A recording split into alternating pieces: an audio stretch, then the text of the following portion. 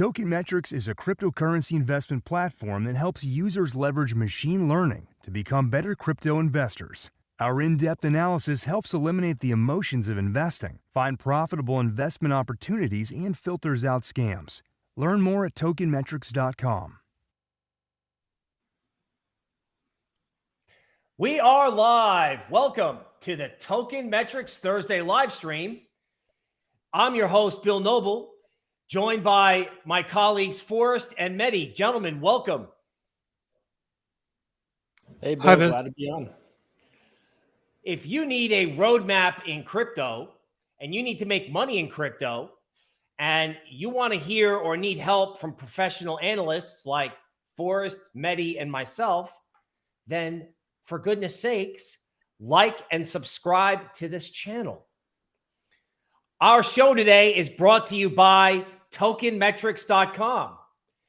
If you want a dashboard, you want artificial intelligence, the deluxe research written by Forrest, Mehdi, and our crew, then head on over there and subscribe and get the best research in the business.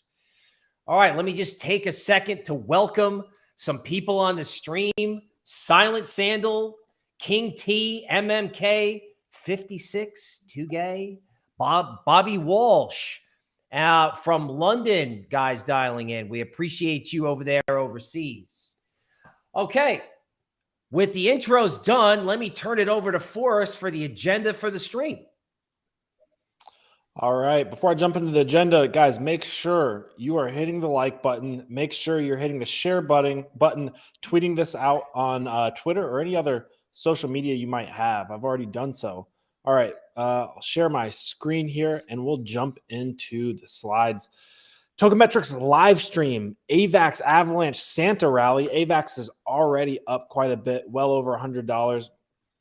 ETH up only, Web 3.0, Tokenmetrics Live. Guys, look at the bottom left-hand corner. We've got all of our social media down here. If you don't follow us on these social media platforms and you want to, definitely go and do so. All right, guys. Subscribe today at tokenmetrics.com. Tokenmetrics is a phenomenal AI and machine learning dashboard for finding very, very phenomenal cryptocurrency opportunities. All right. Tokenmetrics live agenda, Tokenmetrics updates. We'll walk through that in just a minute. Then Bill's going to hit you with the legendary market update. I'm going to talk about some key entry levels just in case you missed the entry levels that we talked about last week and the ones that we've been talking about on Crypto Foresights. And then Mehdi's going to come in and give a primer on layer 0, specifically talking about Cosmos and the Atom token on Cosmos, and talk about why he's pretty bullish on that ecosystem in the long term. I am as well. We'll have Crypto Showdown, and then we'll have a little Q&A. If you want to, before we get into the Menti code, Bill and I participated on behalf of Tokenmetrics in a trading battle. It's this really cool thing. You can go back and watch it on our YouTube channel or on the Trading Battles YouTube channel. But basically, we had an hour to put in some trades for the following 5 days, and we had $10,000, and it was just a play account. But the winner, their P&L got donated to St. Jude Children's Hospital. So Bill just destroyed me. Doubled. I don't know many people that can double their account in 4 or 5 days.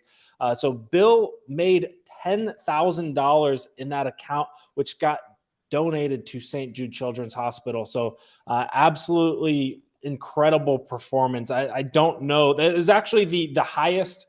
The most money made and most money donated of anyone on the trading battle history. So huge shout out to Bill, and just know that's the guy that's about to give you the market update. If you want to participate in with this live stream and engage with this live stream, go to www.menti.com and use the code 88495489. That's going to be for participating in the Q&A, and it's also going to be for participating and casting your vote in Crypto Showdown. Speaking of Crypto Showdown, we'll reveal the results later. We haven't given you guys a chance to vote yet, but throughout the live stream, head over to www.menti.com and use the code that you see above. It's also in the description below. To talk about what's your top altcoin pick right now. I know a lot of people were just kind of playing it safe, kind of in stable coins, might have been in ETH, might have been in Bitcoin. we're seeing layer ones really take off. Avalanche is leading the charge, but the question is Avalanche already gone and you need to maybe, look at Terra Luna or Near Protocol? What's your pick for the top altcoin or layer one to be in for December? Now, without further ado, Bill's going to take it away with the market update. All right. Let's rock the market update. Thank you, Forrest. Patrick, definitely crypto gamer, definitely appreciate the love out there. Thank you for all the nice things that you say. Okay, market update. What's next? Oh, you know what? Being bearish is so exhausting. I'm glad I can finally be done with that. And now we talk about what's next. Stocks. Well, thank God we don't have to worry about stocks crashing, at least today, because the S&P decided to make a new high. Nothing like bad news to get stocks rallying. Those guys are unbelievable. Okay, so that's good for crypto stability in the near term. Now, let's talk about an intricate part of the stock market. Yesterday, the S&P made new highs, but the total number of NASDAQ new lows. So NASDAQ is like a broad universe of tech and small caps. There was a record number of stocks in the NASDAQ making a new low on the same day the S&P made a new high.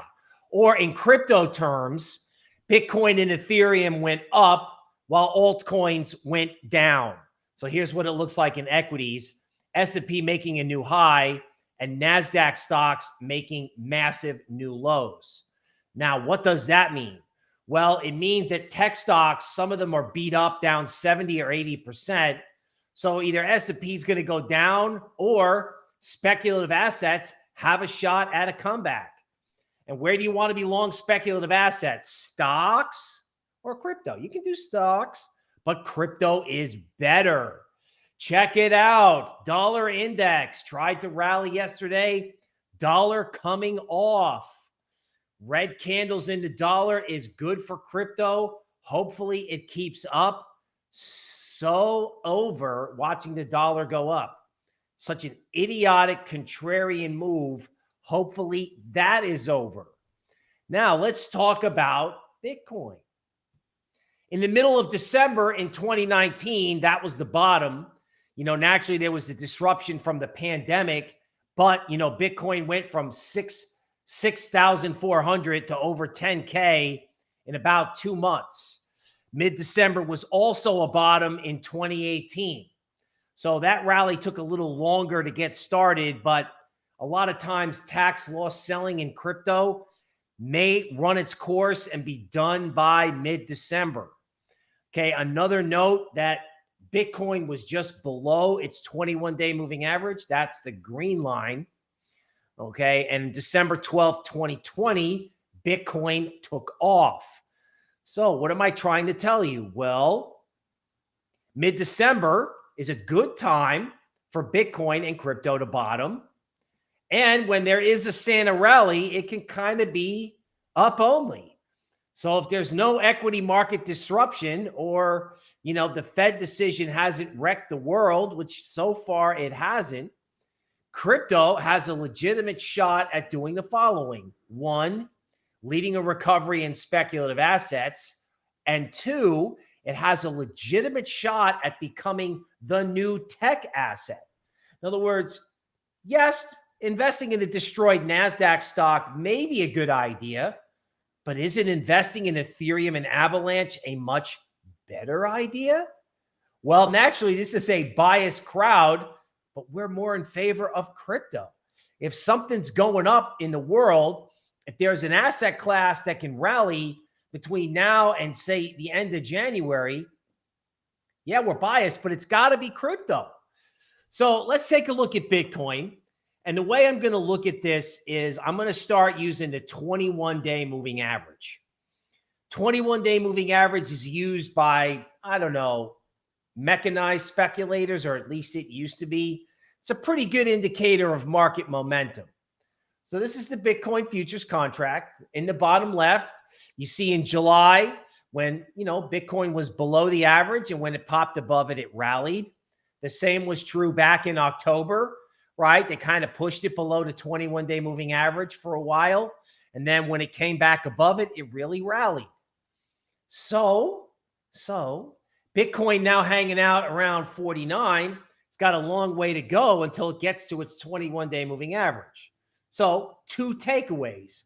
One, if you're going to give me this, oh my God, I missed it because I didn't buy the low, I would encourage you to shift that thinking. Also, Bitcoin may sit still. Bitcoin's got a lot of work to do, but that could be good for altcoins. So if it takes Bitcoin a while to chug up to 53, that could be layer one's chance to really shine. Then if Bitcoin does get above 53, that could lead to legacy investors coming in January and getting long as everybody allocates 2% of their portfolio to that Bitcoin ETF everyone used to talk about. Now let's go to Ethereum. So there's an idea out there that, okay, well, I screwed up. I missed Ethereum at 3,600. No, you didn't. No, you didn't. Nobody except, I don't know, trading legends like Forrest were going to, buy the absolute low in Ethereum prior to the Fed meeting, right? Everybody else can just say, all right, well, Ethereum's at 4K and Ethereum's been at 4K for, I don't know, 3 months, 2 months. So if Ethereum gets above 4,200, that could be a signal that it's above its 21-day moving average. It's done faking people out and it's ready to go, right? I mean, all it takes is, one good day and crypto breaks out. So in the meantime, what do? Well, you try and buy whatever dip you can. I think the fact that it's a relatively quiet day is bullish.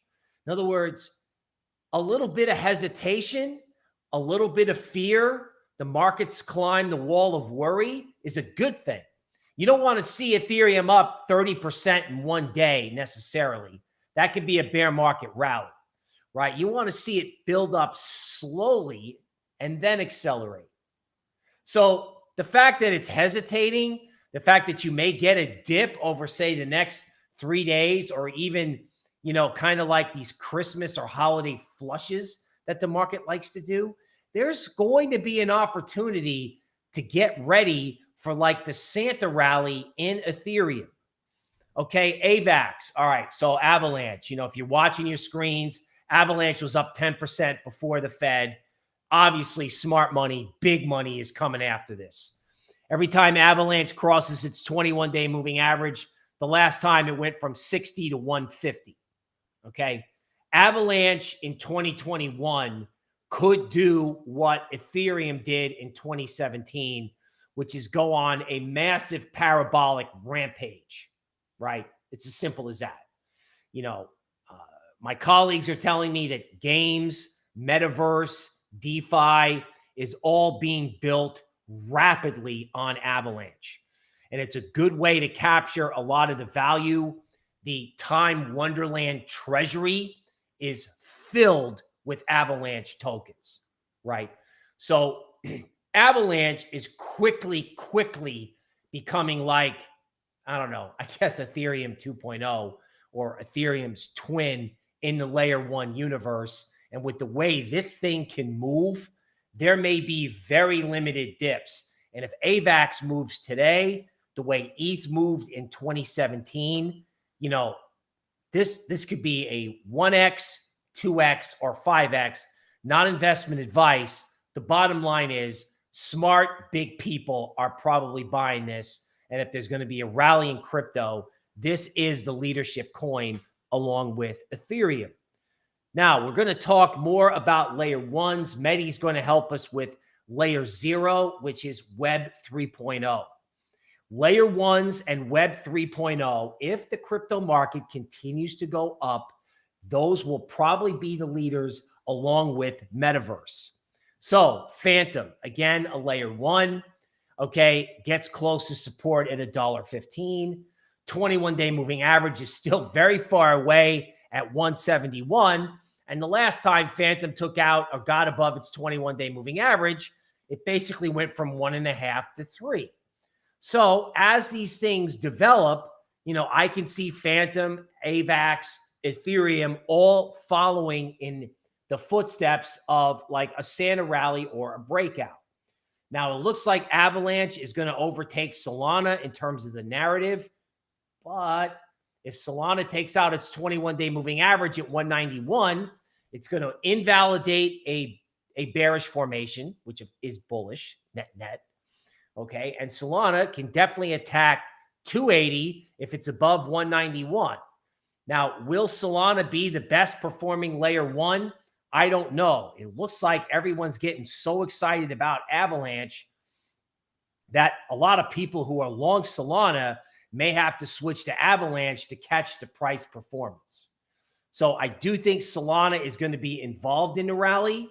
Okay. But again, people were really bullish Solana, and it looks like Avalanche could come out of nowhere, kind of like a horse in a horse race, going from like 5th place to 1st place in the final stretch. But Solana above 191 implies 280. Cardano. All right. If layer one solutions as a basket, right? You know, if layer ones, right, which is like Cardano, ETH, Solana, right? AVAX, Phantom, even KDA, right? All these coins could become the next FANG, the next Facebook, Apple, Amazon, Netflix, and Google. They could become the massive blue chips of the technology side of crypto. So if that's the case, you know, with retail washed out of Cardano on a move from $3 to $1.20, I'm really not opposed to taking a shot in Cardano here, because I think if Avalanche leads, all these layer ones are going to go up, right? This is the future of the internet. All of this stuff combined with Polkadot and Cosmos is going to form the backbone of like worldwide technology. Polkadot, on the subject of layer zero, sitting at the 62% retracement, just like October, around $25. The 21-day moving average is all the way up at 30. So Polkadot, you could say, has work to do, or you could say Polkadot has a lot of upside to get to a level where it could break out. So if Polkadot hesitates and sits here, that could be an opportunity to grab some, because this interoperability narrative, which people, you know, they get really into it and then they get really out of it. I think people need to realize that Web 3.0, this layer one trade, metaverse, you know, the world on the blockchain is the next big thing. The next big thing is people switching from NASDAQ to crypto. It's not necessarily a decoupling, but this narrative of where am I going to generate returns, right? Where's the money? Yeah, okay, yeah. 3/4 of NASDAQ can come back, right? That can happen. Or, you know, NASDAQ could rally to a certain degree, right? But crypto could just completely outpace. Matic, okay, on more evidence that, you know, layer one and layer two solutions are becoming the future of technology and the internet and finance and gaming, et cetera, right? Matic holds, our AI loves it. It's above its 21-day moving average. Yeah, it's not the fastest moving thing in the world, but it never went down really during the decline, right? There was no blowout decline in Matic. And I think that's telling. That's telling for the next leg of the rally. So if dips appear, right, I think dips are opportunities, not investment advice. Fear and hesitation is an opportunity, right? It can't be easy. If it's easy, it's wrong.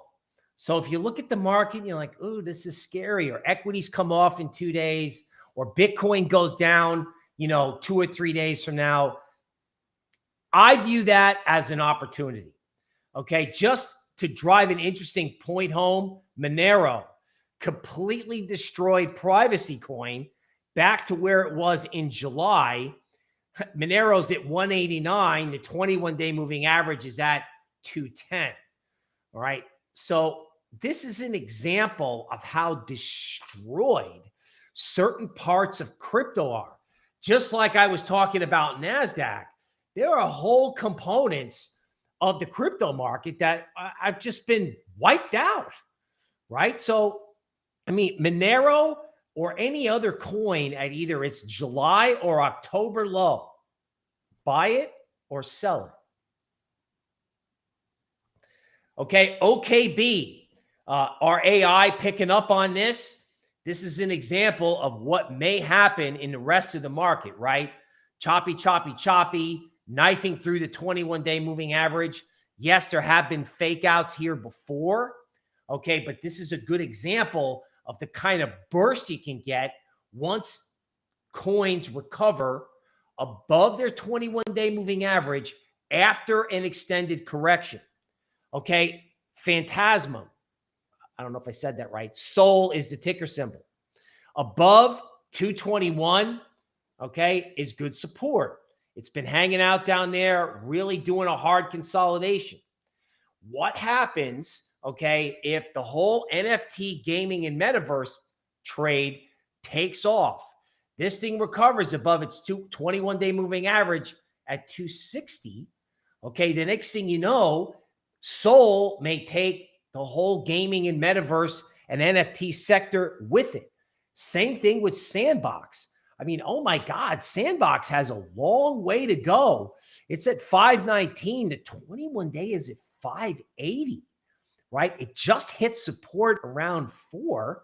And I know Sandbox is considered a big cap metaverse, but I just was talking to a friend of mine who's in equities, and he says, yeah, when we do small caps, we like looking at, you know, small stocks that are like 9 billion in market cap, right? Which is funny because, you know, in our world, 9 billion in metaverse, it's like, wow, that's humongous. That's almost overvalued. But when you look at it in equities, 9 billion is small cap, right? So if Sandbox is digital real estate, if the fear trade has kind of come and hopefully gone, then why not try to buy dips in Sandbox, not investment advice, right? I mean, where's Sandbox going to be if AVAX is at 600? Let me just let you think about that for a second, right? Axia, kind of a new cryptocurrency, never went down. Our AI is on this in the Qcoin indices, just never moved, went sideways. Every dip got bought. Next upside level on charts is 435. There's always a bull market somewhere. Now, I know that's Cramer's famous saying. Big Cramer fan. It's a lot harder than you think to do content every day. So much respect for him. One of the lessons for crypto, okay, on this idea of there's always a bull market somewhere, that's why you got to subscribe to tokenmetrics.com. Because we'd be happy to give you all the best coverage we can here on this YouTube channel, right? Please hit the like button. But on tokenmetrics.com, that's where the hidden gems are. That's where the research is. That's where the next thing is being flagged by an artificial intelligence system. Speaking of intelligence, Forrest was all over Terra Luna, right? All over it. Okay, this could be a winner-take-all play in DeFi. Right? Honestly, Luna went down to a prior ceiling at 54. It acted as support. It tested it twice. Brutal price action, but it comes back. And it's coming back above its 21-day moving average at 61. And it just honestly, if AVAX and Luna and maybe ETH are like the winner take all, that's where all the value of DeFi and gaming and metaverse is captured by a handful of coins, just like in equities, where a handful of equities captured 10 trillion in market cap. I mean, when you think about the numbers in stocks and you say, oh, well, I missed it in Luna, it was at 54 and now it's at 64. So I can't get involved. Oh, please, people, please. All right. So it's not investment advice, but the coins that are going to win are going to go up way more than you think. So unless there's a crash brewing that I don't know about, upside in crypto is bigger than upside in other asset classes. Okay, KDA. Okay, been following this, track the support point at 9.5. Somebody somewhere on social media told me to shut up about this, right? I know it's gone from $1 to 25, but look at what happens when these things bounce off support. Look at how this thing approached its 21-day moving average. This thing went from 9.5 to 13 on a rope. So I think stuff like this and these smaller cap layer ones, right? There's a lot of value to get unlocked here.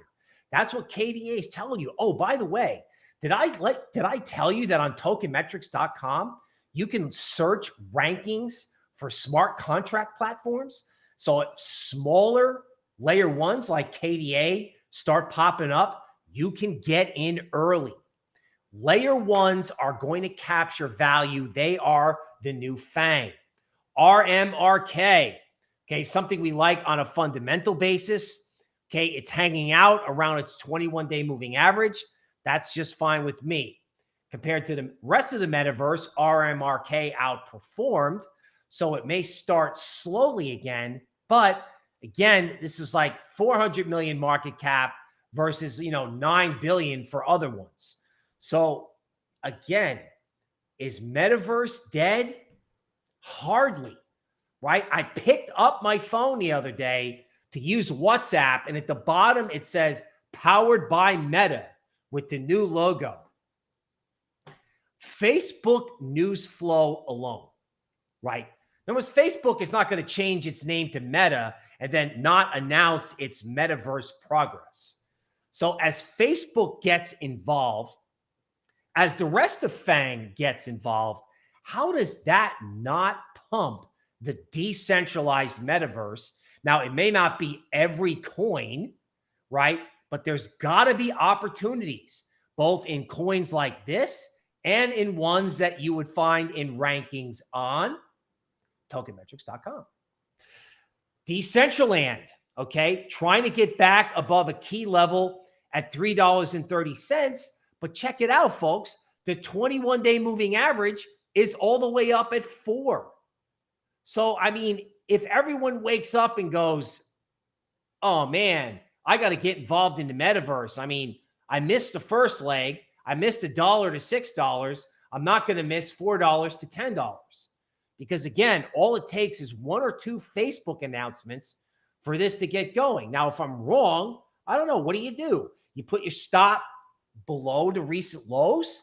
In other words, if you look at this chart and you think about risk reward in Decentraland, okay, maybe it's not the super sexy metaverse play, but it certainly is more, I don't know, intriguing than Facebook, right? And from a risk reward point of view, you can get involved with a reasonable stock and this thing could go up 100% or 200%. So not investment advice, but I mean, if there's kind of an up-only move in crypto, as everyone realizes that crypto is the new king of asset classes, what's going to happen to these metaverse coins?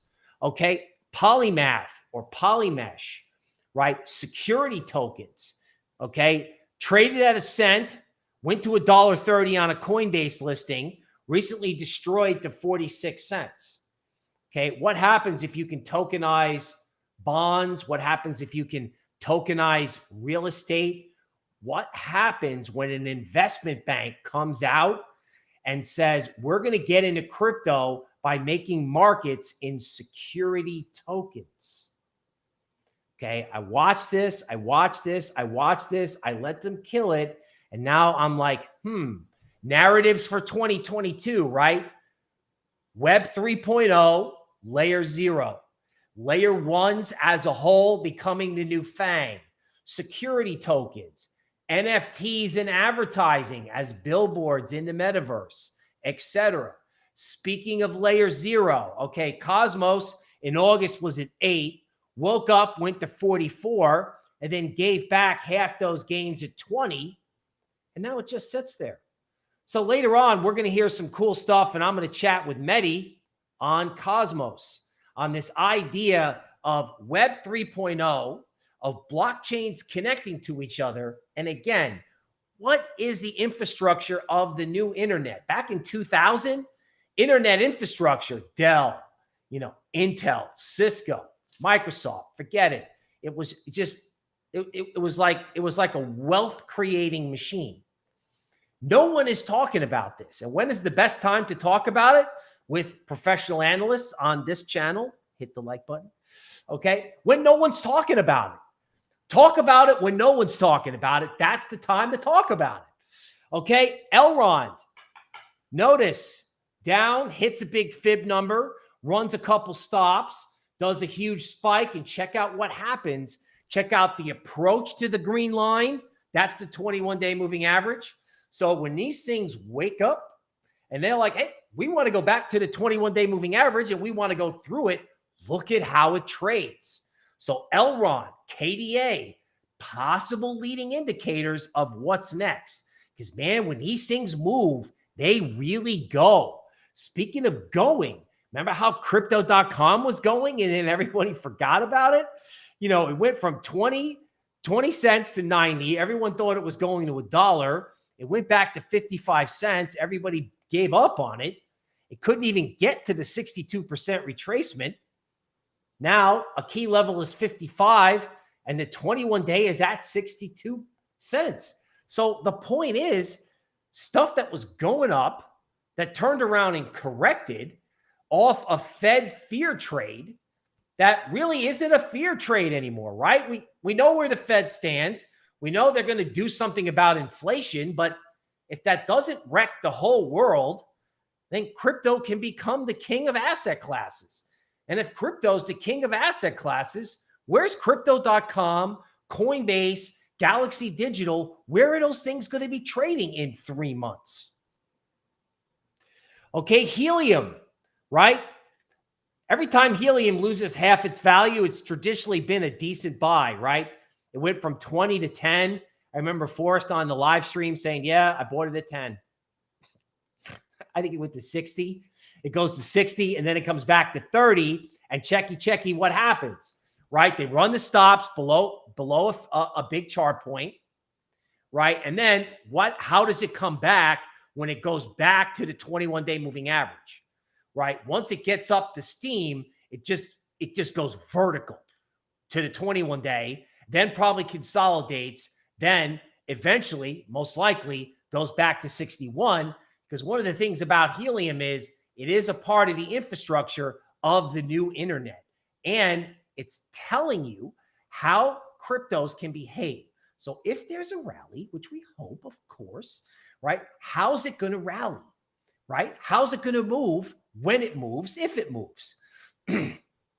Okay, GNO, another example of run the stops, look terrible, come back above the 21-day moving average with a vengeance.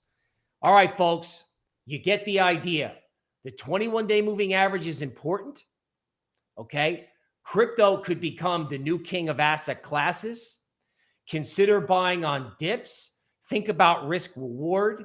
Use stops. But, barring some incident that I don't know about, it's time for the holidays. It's time to be constructive on crypto, okay? Even if that means you have to live through any potential scary dip. And that is the market update. Forrest, back over to you, man. Thanks, Bill. Yeah, so I'm going to jump into just some very basic entry point strategies for crypto. And I'm just going to kind of outline my portfolio strategy as a whole, because I think it keeps people like this dip, though in total cryptocurrency market cap, it was only about 33%. I'm already hearing a lot of horror stories of people that that like sold the bottom. They got afraid. They were like, this is potentially going to be in a bear market. And guys, we're not out of the woods yet. I'm perpetually bullish on crypto. I want to be as exposed to crypto as possible in the long run. I plan on being in crypto for a long time. This could just be a bounce, and we could certainly come back down to this trend line. And that would wash out a lot of people from crypto, and it would wash out a lot of people's portfolios, and it would be very unfortunate. I don't think that's going to happen. I don't want to scare anybody, but I'm just already hearing so many stories of people that this dip just completely washed them out. They moved their entire portfolio into stable coins, or like 60, 70% of their portfolio into stable coins.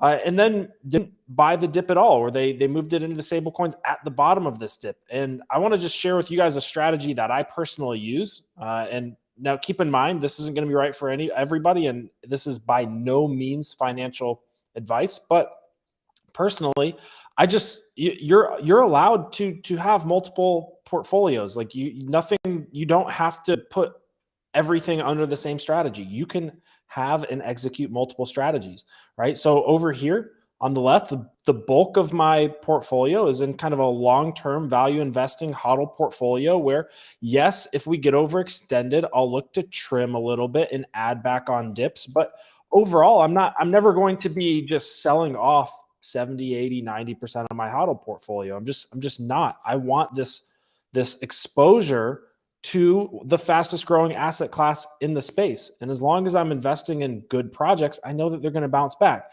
Now, if I was invested in a rank 600 by market cap, $15 million market cap, like meme coin, yeah, I would be very, very scared, and I wouldn't want to be holding on to that in this dip. But guess what? I'm not investing in those projects. So the bulk of my portfolio is going to be over here where it's going to take a lot more than a 33% correction to get me out, to shake me out, right? By the way, guys, just while we're on the topic of a 33% correction, a good bull market, or any bull market with a parabolic rally in it, is going to try its best to shake you out. Look here back in 2013. 50% dip before going parabolic. Look here in 2017, 47% dip, followed by, within a few weeks later, a 45% dip, followed by going parabolic, right? So it would seem that before you can get a parabolic rally, it's gonna shake people out. You're going to get the 30, 40, 50% dips before a parabolic rally. So if anything, this is actually a healthy sign that we have potential for a parabolic rally. Am I saying it's going to happen, that we're going to get a parabolic rally? No, but the market certain circumstances are certainly pointing towards the possibility of a parabolic rally, right?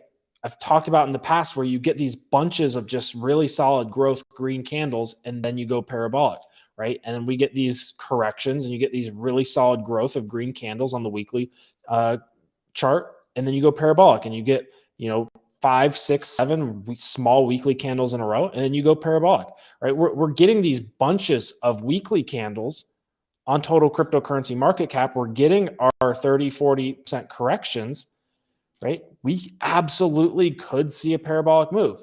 And I don't know about you, but I want to be as exposed to projects, or as exposed to crypto as possible if we see a parabolic move. In fact, I want to capture that parabolic move so bad, I'm more than willing to sit through a dip to the bottom of this trend line and watch my portfolio just drop 70, 80% just for the chance of this parabolic rally, right? That's the name of the game in crypto. The people that don't get that, the people that value invest and don't get shaken out, get to participate in these parabolic rallies.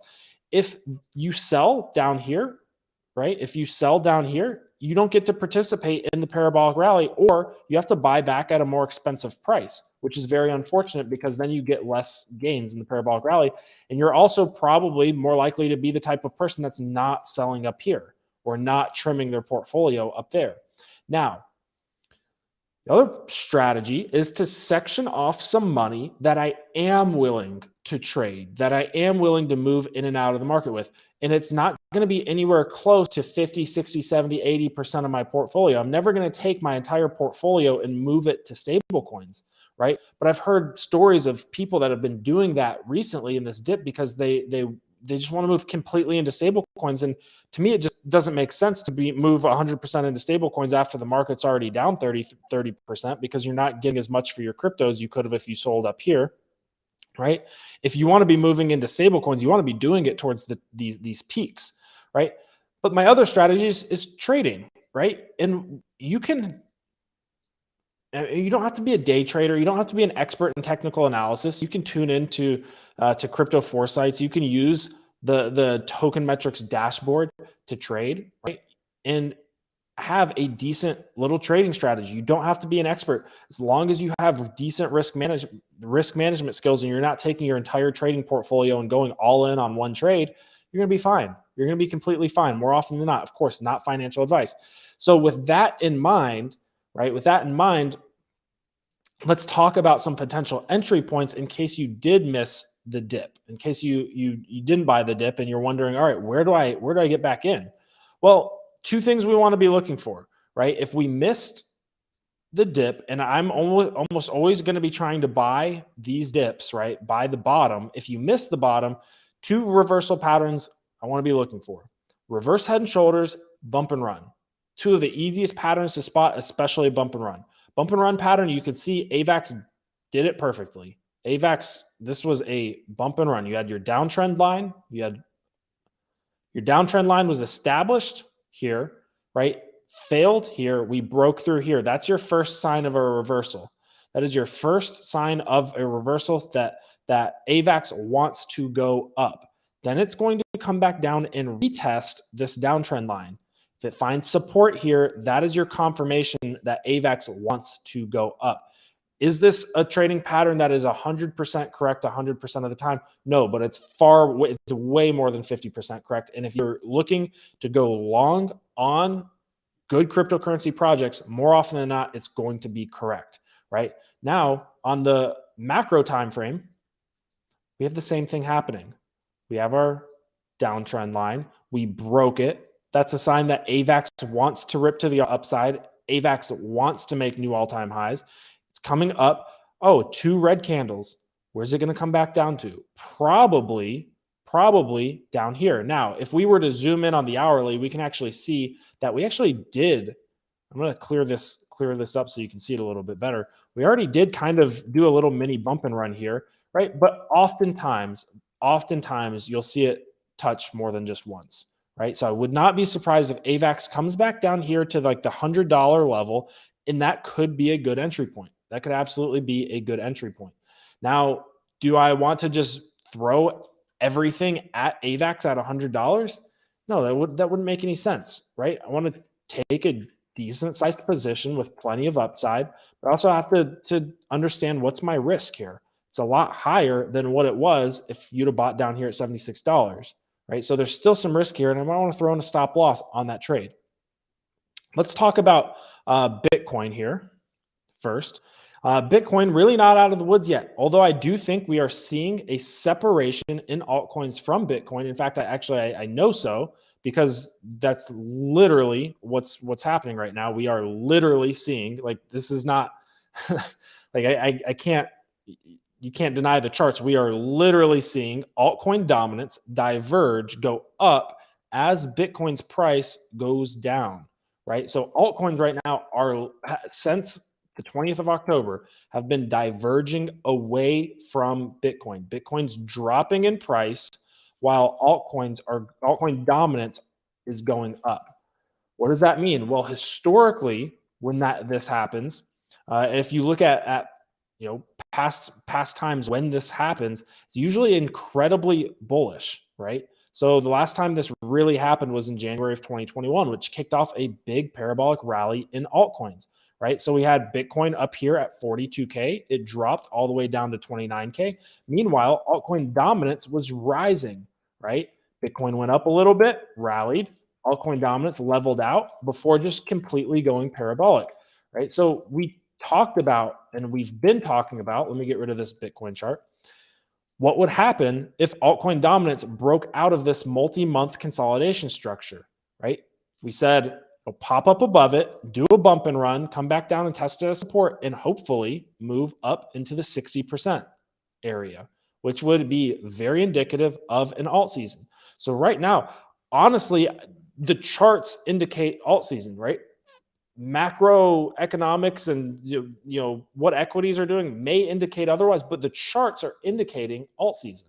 The charts are indicating that we are primed for a parabolic rally. Doesn't mean we're going to see it, but in the short term, I want to make sure that Bitcoin does get out of the woods, despite the fact that altcoins seem to be doing fine regardless. We are starting to see a little bit of a reverse head and shoulders pattern developing for Bitcoin. We have our left shoulder, our head, right? Our left shoulder out over here, our head, and our right shoulder could be developing if Bitcoin comes down, retests $47,000. Guys, Bitcoin comes down to retest $47,000. It's got to drop $1,600 from where it's at right now. This won't be comfortable. It won't. There's no such thing as the market being comfortable while Bitcoin and altcoins are dropping in price. But we expect this correction, and we expect this to be a solid entry point that also drives entry points for altcoins down. And then we hope that we break through and do a bump and run, right? We have our downtrend line. We want to break this head and shoulders neckline, find support on top of it. ETH, right? You feel like you got left out on ETH, could come back down and give you an entry point at about $3,900. Not guaranteed, but that would be the bump and run level, right? If it comes back down. Sandbox, we're looking for a reverse head and shoulders combined with a bump and run.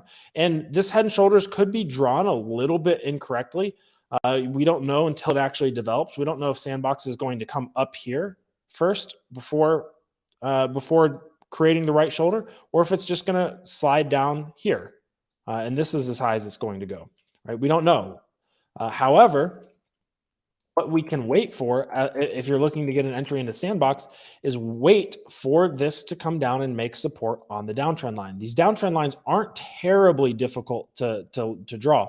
And yes, they are a little bit subjective. We could move this up and it would look like, oh, well, we haven't really broken yet, or we've barely broken. Look for something to pop up and come back down and give you an entry down here at around $4.90. Right? So just draw your downtrend line, look for the bump and run pattern. Luna already, this pattern's already played out. It's already played out. We had our bump and run. We have our downtrend line on the green.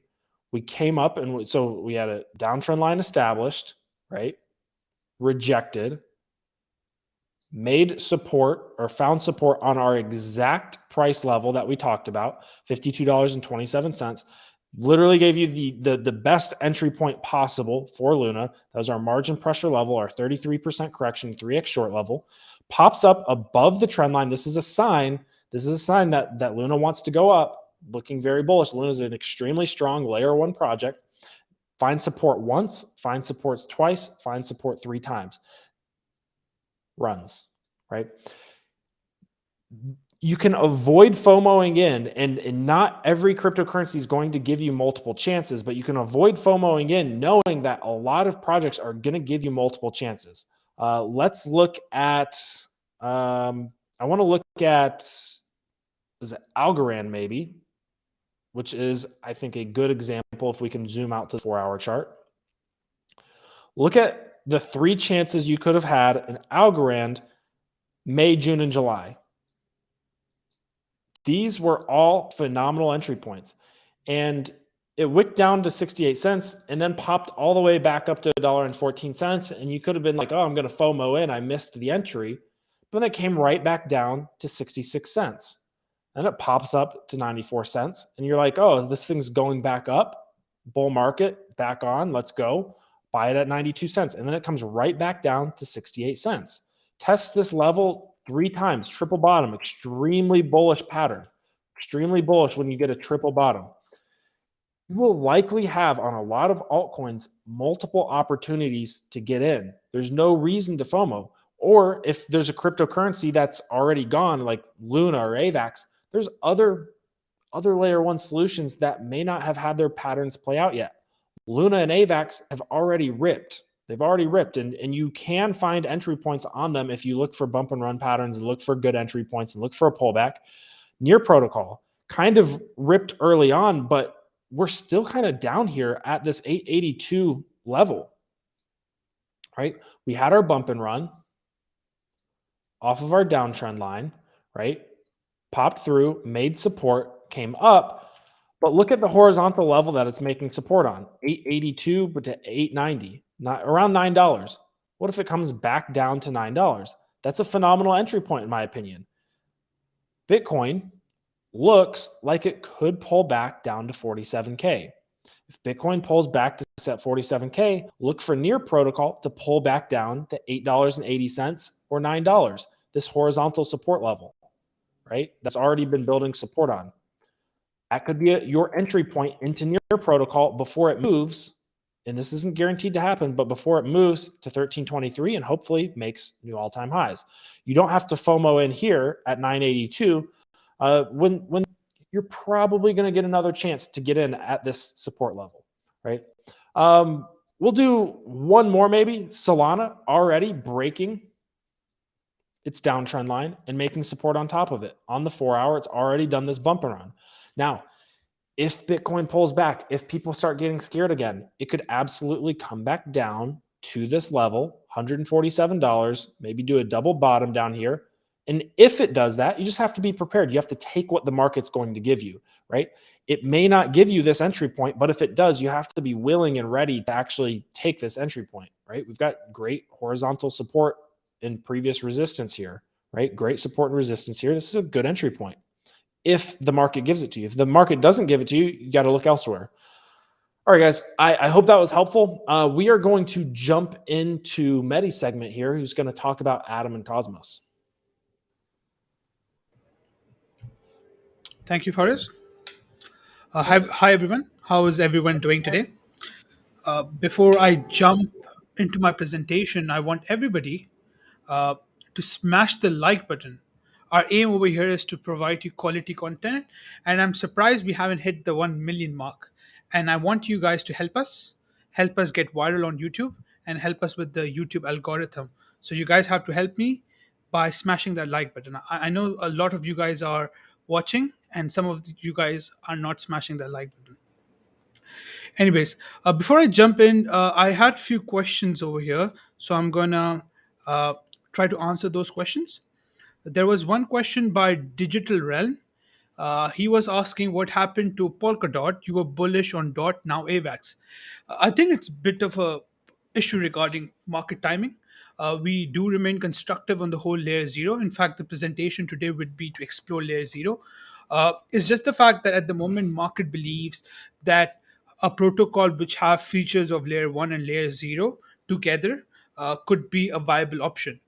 Also, I believe that we are a bit early when it comes to crypto. So at the moment, the whole market cap of the whole crypto industry is 3 trillion.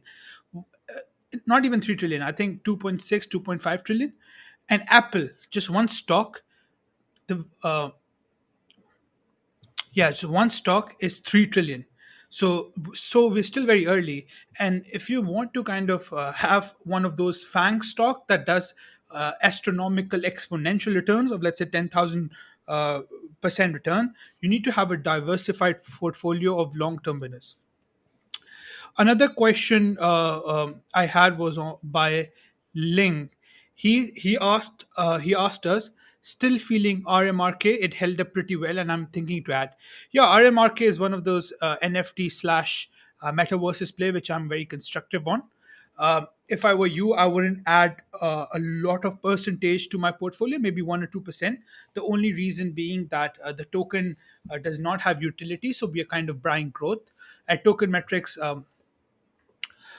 we like to be value investors where we see execution and then add to our position. So I hope that kind of helps. That kind of adds more value. Uh, yeah. So today I'm going to be discussing layer zero. So I'm going to share my screen for you guys. Just bear with me for 1 second.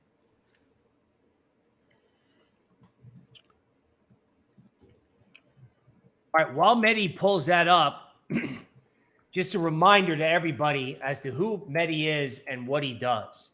Mehdi has a background both in crypto, blockchain science, equities, and portfolio management.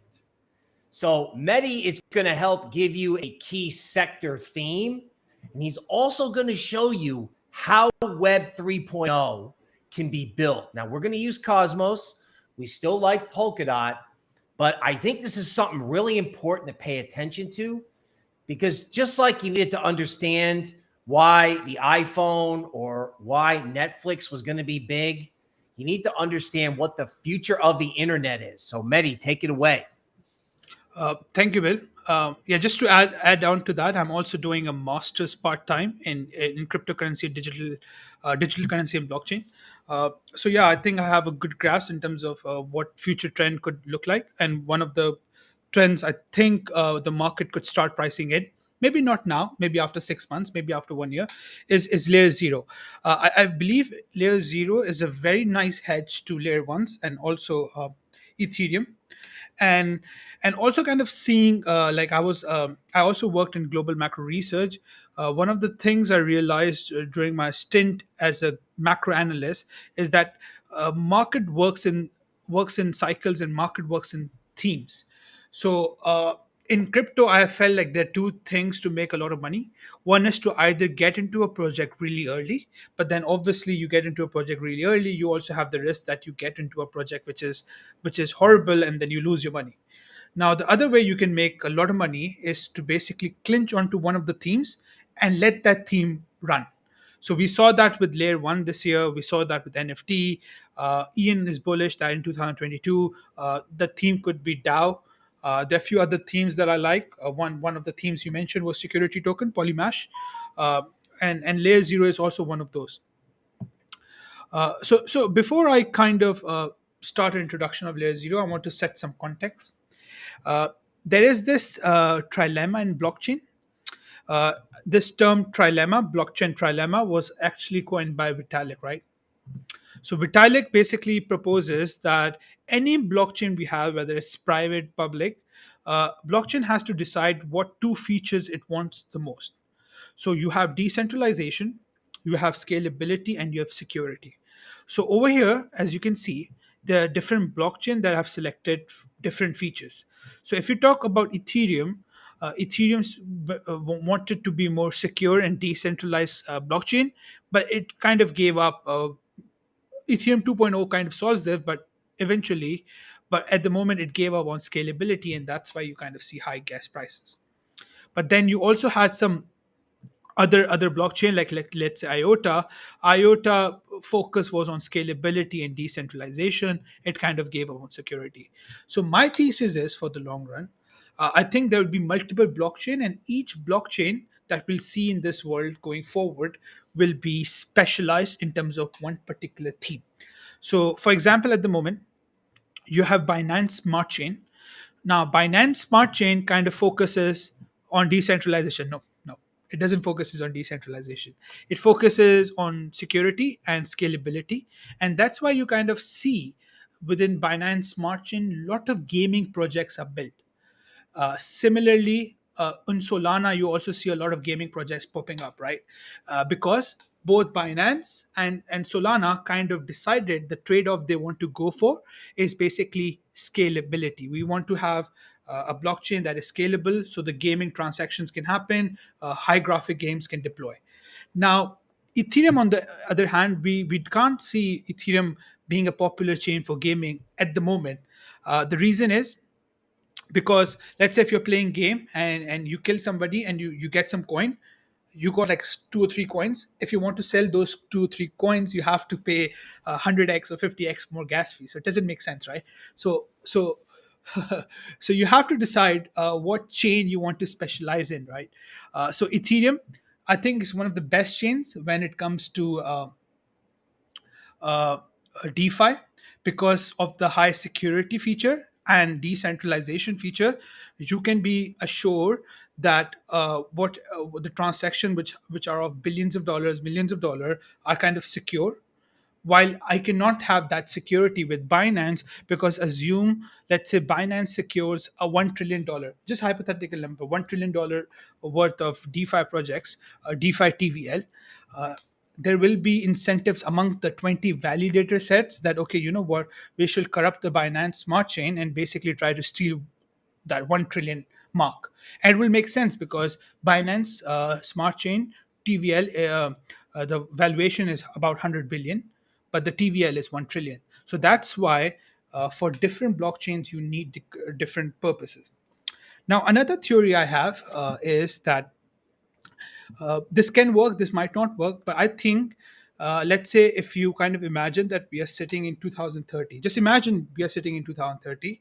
I feel like there will be millions, if not if not thousands of different blockchains, and each blockchain will be specialized for one purpose. And I also believe this thing called scalability is also kind of an illusion.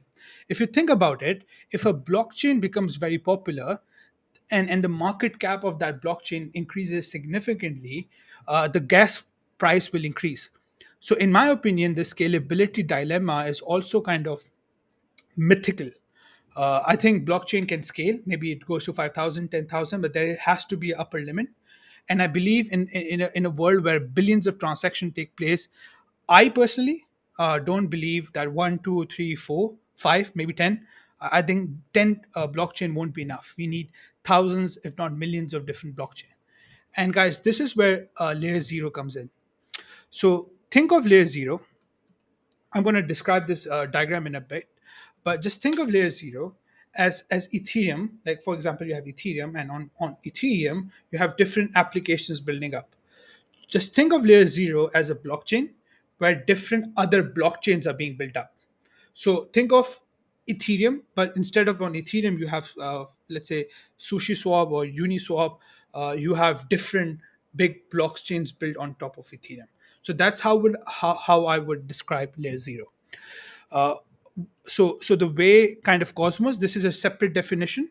Polkadot will have a separate definition, but in terms of Cosmos, what Cosmos does is through Tendermint BTF, it kind of gives everyone the ability to create their own consensus mechanism, and then it gives you a software developer pack where all these software developers, or anybody who wants to deploy their blockchain, can decide that my blockchain can have staking, it can have a on-chain or off-chain governance, it can have ability to communicate with other blockchain, it can have slashing.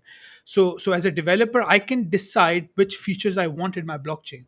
Now I told you earlier, there is this dilemma, and every application will require different set of things. So gaming might require more scalability, DeFi will require more security. So every blockchain is unique. So let's say what Cosmos was able to do is give you this template, a modular template where everybody can come in and make their own blockchain. So Binance Smart Chain, for example, uh, it was built through Cosmos SDK, and they decided, okay, you know what, we just need 20 validator set. On the other hand, Terra Luna was also built on Cosmos SDK, and they said, you know what, we need 100 validator set.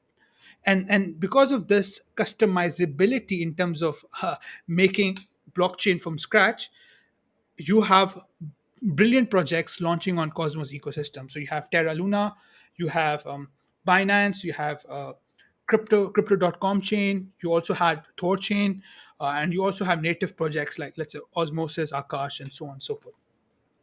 So Cosmos did, I think, after Bitcoin and Ethereum, did the best service to the whole crypto industry by allowing us this modularity approach towards building do-yourself blockchain. So this is pretty cool. So once you have the blockchain ready, you have Cosmos Hub in the middle, and I mentioned earlier you have these different blockchains with different features. So let's say Osmosis, Thorchain, Terra, all of these blockchain are customized for specific feature. Like, okay, in case of Terra, I want more security. In terms of Osmosis, I also want more security. Thorchain, I want more security. With regards to Akash, I want more scalability since they're trying to disrupt cloud computing. So every blockchain will have specific feature, and some of the modules will be used. But one key theme this blockchain have between each other, and this is, I think, the essence of Web 3.0, and I think the next era of blockchain, and that's the reason why layer zeros are called Internet of Blockchain, is that one of the module is called inter blockchain communication. I'm going to repeat, IBC. So if you install this module and turn it on, all of these chains were firstly in silos. Now they can communicate with each other. So this dotted pink line shows you the layer through which these blockchains can communicate with each other. And this is, by the way, guys, because of Cosmos SDK module called IBC. So Cosmos Hub over here can allow these blockchains to communicate between each other, and Cosmos Hub. So you can think of all of these blockchains as city, and Cosmos Hub is the port city, you can imagine. So these are ships. These ships come over here, and Cosmos kind of texts them because it's in the middle. So that's how the architecture of Cosmos work. Now there is one caveat, and I think one of the issues is some of the developers do not care about blockchain. Let's say if I'm a businessman, I don't have the resources to maintain my own blockchain, or I do not want to get the headache of making my own blockchain. So I think that's one of the reason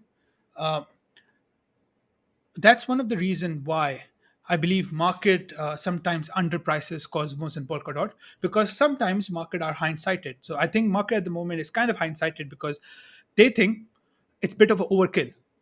Developers wants to focus on business logic. So one of the best things AVAX and Ethereum does is that nobody has to create their own blockchain. Blockchain is there. You just deploy your application. So that's one of the reason I think at the moment Ethereum and AVAX and maybe Luna Terra, they're doing so well is because of this issue. But in the future, Cosmos is introducing this thing called shared staking, which in my opinion, will be a game changer for Cosmos. So what shared staking will do is give you more. Yeah, somebody said I forgot to mention about the Tendermint. Yeah, so Tendermint is the consensus mechanism. So delegated proof of stake for Cosmos. So all of this blockchain will basically have the consensus mechanism because of Tendermint. So right, guys. So with share staking application, like let's say for example Thorchain, they do not care about having their own blockchain. They can just deploy the app, and Cosmos Hub will have its own validator set that will help Thorchain basically secure the blockchain. So yeah, this is how the Cosmos work. Another issue previously we had with Cosmos, I apologize in advance if you can't see this graph. Let me kind of zoom in for you guys. One of the reasons why market didn't like Cosmos was because there wasn't value accrual to the token, and because of inflation the value accrual was actually getting diluted. Because Cosmos has been one of the OGs of crypto, they just wanted to build, and they didn't work on the tokenomics that much. But I think it's changing now, and I think market will start to realize this, and this can moon. Not financial advice. So the reason why it can moon is the token utility of Atom has started to pop up. So you have Cosmos Hub. So let's say if one chain transfers to another chain, like token, message, what have you, Cosmos Hub will take value through transaction fees. Great. Then you have the shared security, which I mentioned. This is very similar to Polkadot. So those two projects that, let's say, do not have the enough resources to secure the chain, they can ask Cosmos Hub to kind of help them with security, and they'll either airdrop their tokens or they'll give them fees. So that's another way Atom token holders will be able to accrue value. And final thing is, within this Cosmos Hub, you'll have Gravity Dex, which the Gravity Dex will have Atom in their forefront, and some of the transaction fees will accrue to Atom stakeholders. So this is like part A. In part B, I'm going to give you my investment thesis, some of the concerns, some of the valuation analysis, but I think that I'll do that for next week. I also have Mr. Peng coming up tomorrow for podcast. So guys, if you have any questions, just post it down below, or subscribe to Token Metrics and just hit me up on Telegram. And any of those channel works, but I would appreciate if you kind of subscribe to Token Metrics. That's how we earn our salary. So yeah, guys, thank you, and do let me know. I'll have Mr. Peng, who is the CEO of Tendermint and one of the core contributors to Cosmos, if you want to learn anything new.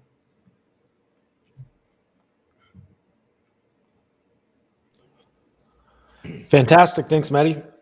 All right. So as we near the end of our stream today, we've got Crypto Showdown. All right. Let's go to Crypto Showdown. We've got Avalanche, Terra Luna, and Near Protocol. Mehdi, while you're still fresh on the mic, what's your pick for the top altcoin in December? You want to be an AVAX, Luna, or Near? AVAX for me at the moment. Although I like all three of them, not gonna lie, but AVAX for me in December. Institutions are very bullish. Very nice. And Bill, what's your take?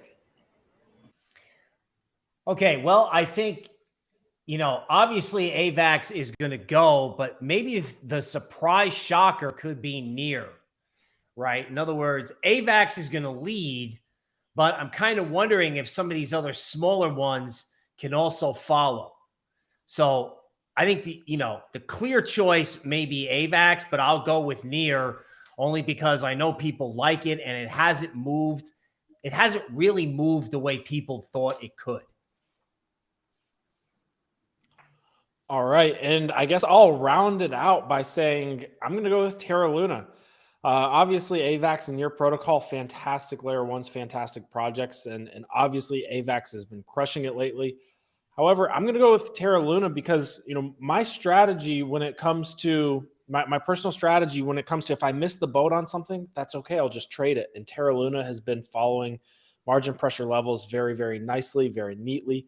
Nice, neat 33% corrections followed by 100% pumps, which have been very, very rewarding recently. So I'm going to go with Terra Luna, but let's see what the audience thinks. And the winner is, I knew it would be AVAX. AVAX wins top altcoin pick for December. All right. Now, we've got a little bit of Q&A. I'm going to stop sharing my screen, and we're just going to roll through the Q&A. And Mehdi and Bill, feel free to chip in if you have anything to offer here on any answers. All right. So we've got the first question. Any new projects that you have your eyes on? I'm talking about like the Graph protocol or Flow. So any new projects that we have our eyes on? Not a new project. I'm keeping a close eye personally on the development of IOTA. They have staking coming out soon, and I think that's going to be a big catalyst. Now, we've kind of done a bit of a dive into it, led by Mehdi, and there does seem to be a few potential, I won't say issues, but vulnerabilities in the consensus mechanism. And if they can deliver, if IOTA can deliver on their vision, I think it'll be valued much, many multiples higher than what it's currently valued at. The key word or the key caveat is if they can deliver. But they do have staking coming up, and I think that'll be a catalyst in the short term. So kind of an oldie but a goodie there. Any projects you guys are watching out for? Sorry, I'll go. Bill, you want to go first? No, go. Yeah, so I'll mention some low cap, which I personally invested in, although this is not financial advice, and I'm having a close look at. Is one of them is Sidus. I think Sidus has a very interesting gameplay, and it has a very interesting dual token economy. Another gaming project is Solchix. I personally invested in. I think 1.2 billion valuation at the moment is still kind of cheap for that game. Apart from that, few other metaverses I'm looking forward towards is Lunaverse and Pax World. So those are two upcoming emerging metaverses that haven't launched yet, and I think they could do well. In audience, we have this question about Block and Gala. So those were amazing projects if you were able to get it on private sales. But at the moment, the valuation is very high. I think both of them have valuation of north of 25 billion, which to me kind of suggests that you might not have the crazy 10 to 100x potential. So that's the reason why I'm a bit skeptical of it mooning anytime soon. All right, for me, I'm looking at, people have been mentioning it. I've been looking at Casper, right? It came up, tax loss selling is a big thing because of how much it crashed, but 12 cents held. And I'm really interested in small cap smart contract platforms. Why? Well, Mehdi just told you that Cosmos and the Polkadots of the world can connect a lot of different layer ones or a lot of other blockchains. So what if Casper, which has been destroyed, comes back along with other small cap layer ones, right? I noticed like Dusk Network on tokenmetrics.com also had a really nice pop, and ticker symbol NULS, right? Smaller cap layer ones could start moving. Also, on the bigger side, I'm looking at FTT, FTX's token. Kind of really interesting how no one's interested, right? No one is interested. And when is the best time to be interested? When no one is interested, or when no one understands it, which is why, when Mehdi tells you, the internet of blockchains or blockchains all connected together, yeah, that's hard to understand. Well, actually not anymore, because Mehdi explained it to you, right? But stuff that's hard to understand can become great investment narratives, because when the light comes on for everybody else, that's when you get price appreciation. So small cap layer ones, underappreciated layer zeros, and how about an exchange token? Because if crypto gets hot again, that could be a theme. So back to the Q&A.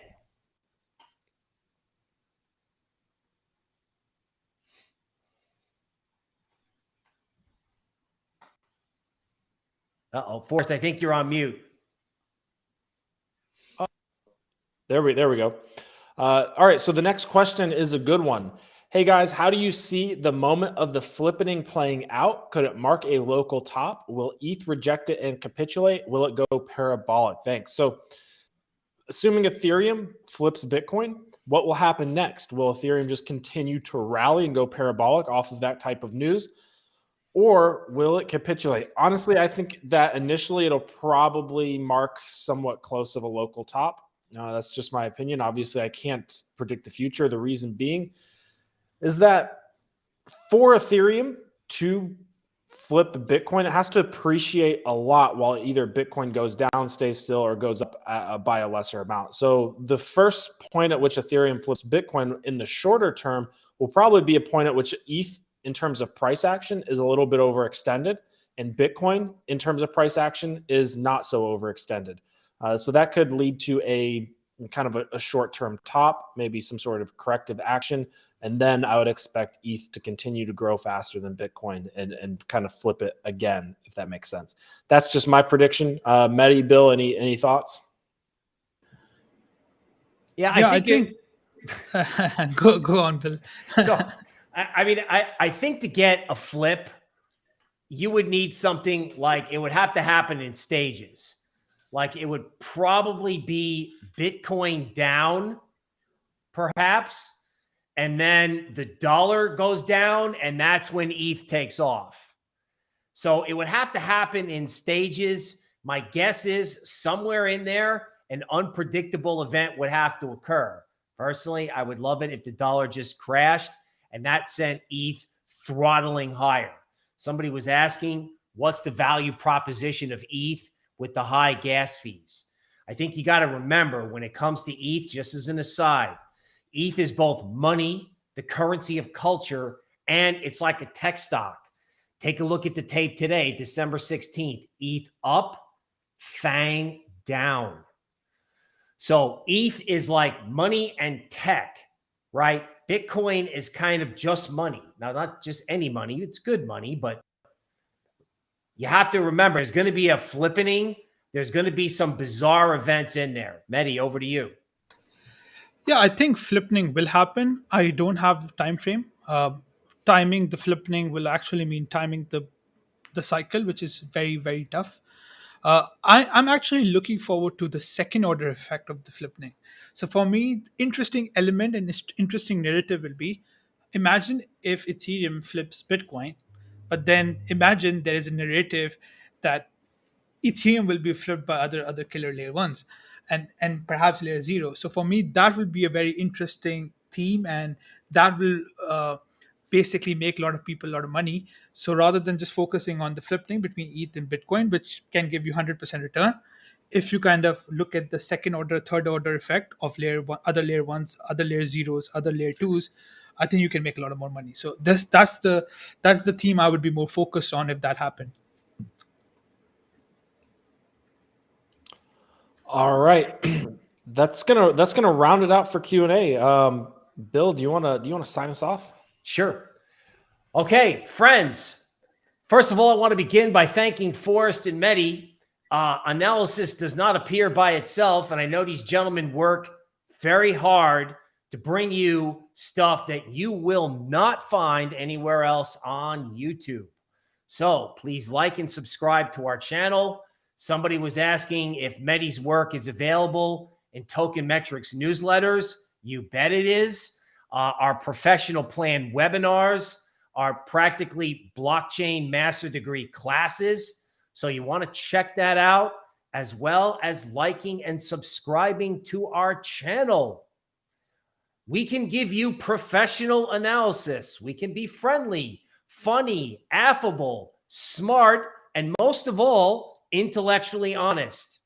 So folks, stay with Token Metrics. Stay with us. That's it for the Thursday live stream. I'm Bill Noble. I will see you tomorrow.